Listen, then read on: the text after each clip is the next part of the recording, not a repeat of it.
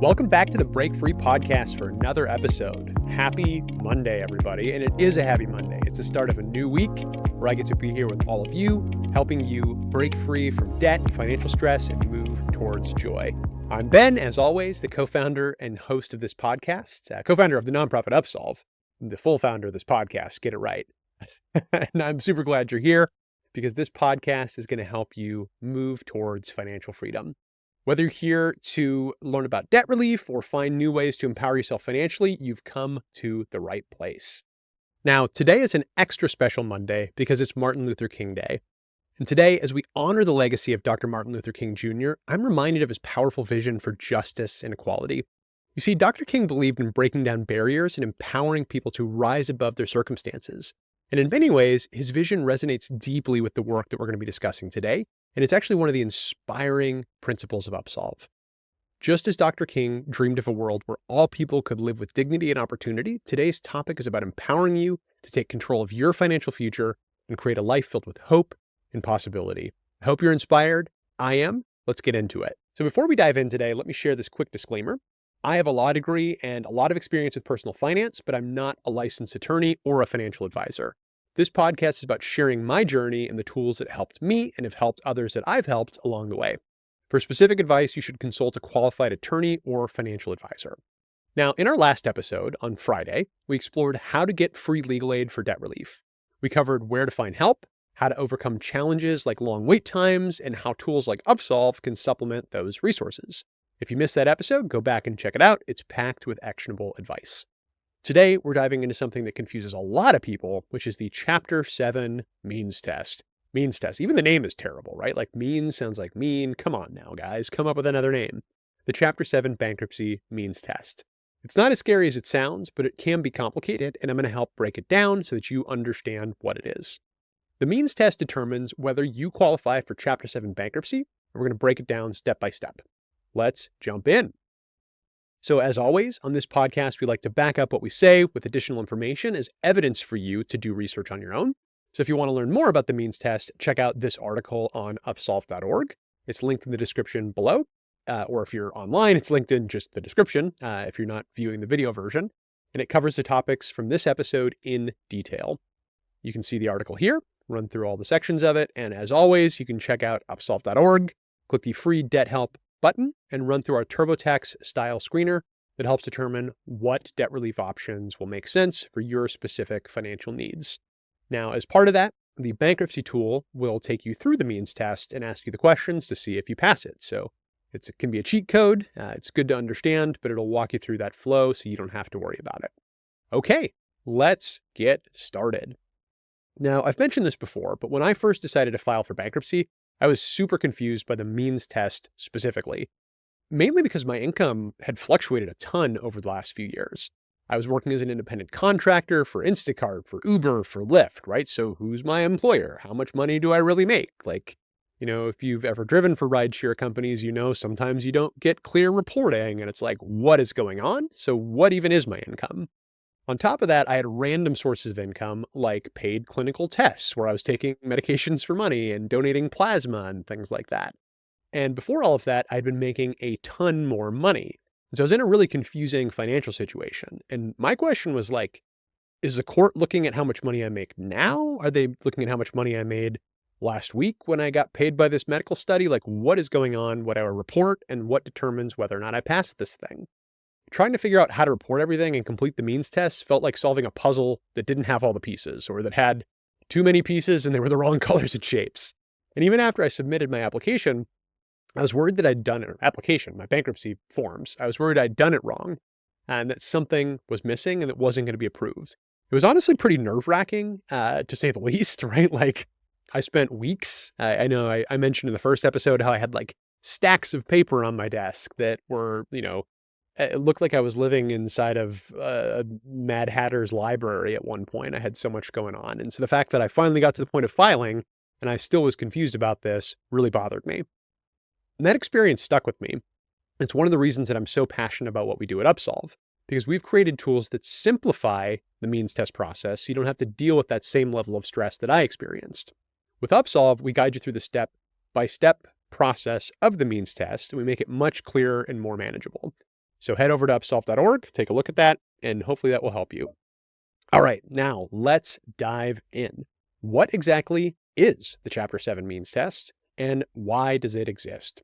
The means test is a way to determine whether you qualify for Chapter 7 bankruptcy, and it's designed to make sure that only people who truly need bankruptcy can file under Chapter 7, which is the type of bankruptcy that erases eligible debts entirely.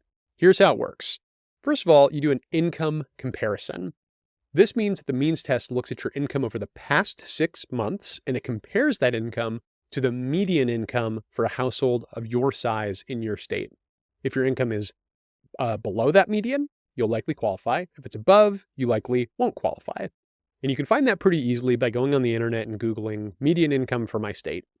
Find your household size, take a look at the line, that'll tell you what it needs to be. The second is your allowable expenses. If your income is above the median, the means test will then take into account the expenses that you have that are allowed. So if you spend, $4,000 every single month on Uber Eats, probably not going to be allowed. But if you're like most people and you have a normal expense amount for rent and for groceries and transportation and things like that, those are very often allowable expenses that reduce your income and therefore make it more likely that you'll qualify for the means test. Things like housing, food, transportation, the expenses are subtracted from your income to calculate your disposable income. Then they do that disposable income calculation, and if it's below a certain threshold, you're eligible for Chapter 7. If it's above, you may need to explore other debt relief options like Chapter 13 bankruptcy. And again, the Upsolve tool can help you figure out where you fall there. For many people, the means test feels daunting. It definitely did for me, especially if your income is irregular or if you've had multiple sources of revenue. This was exactly my experience. But here's the good news. You don't have to navigate it alone, and many people who are legitimately struggling to make ends meet, will pass the means test.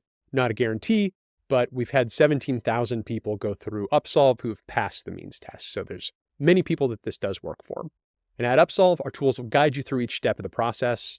The calculator simplifies it by asking straightforward questions, so you don't have to figure out how to translate the Latin written by a lawyer 100 years ago in America, and it helps you input the right information into your forms.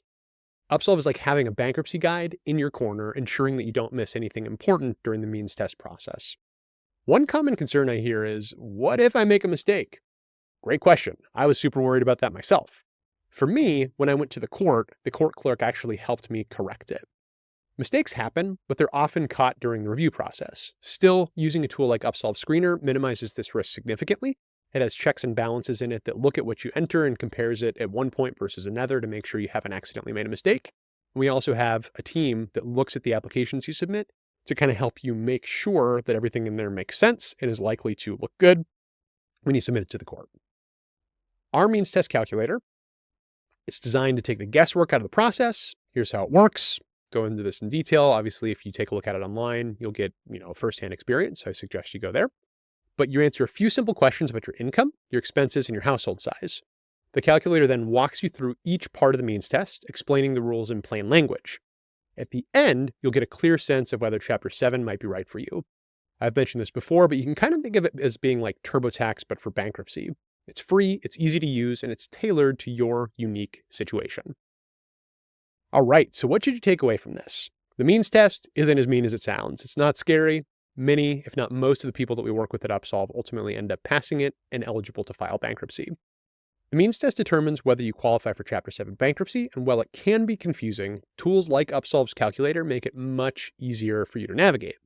If your income is irregular, like many people who are struggling with debt, or if you've had significant changes, don't let that discourage you. There are resources to help. Taking the first step towards debt relief can feel overwhelming, but remember, you don't have to do it alone. Upsolve and tools like our screener are here to guide you every step of the way, especially through things that can be confusing and scary, like the means test. Thank you for joining me on this episode of the Break Free podcast. I hope it was informative for you. As always, if you have additional questions, take a look at the article linked in the description. Reach out to us through our website. We'd love to hear from you. Throw a note in the comments if you have any specific questions. We can chat there. You can also send an email to breakfree@upsolve.org if you have episodes, ideas, questions, things you want us to cover in the future. We love hearing from you. Share your stories as well. If you've experienced something with the means test or a bankruptcy filing or have a get out of debt and move into joy story, we'd love to share it. Shoot us an email, drop a note in the comments.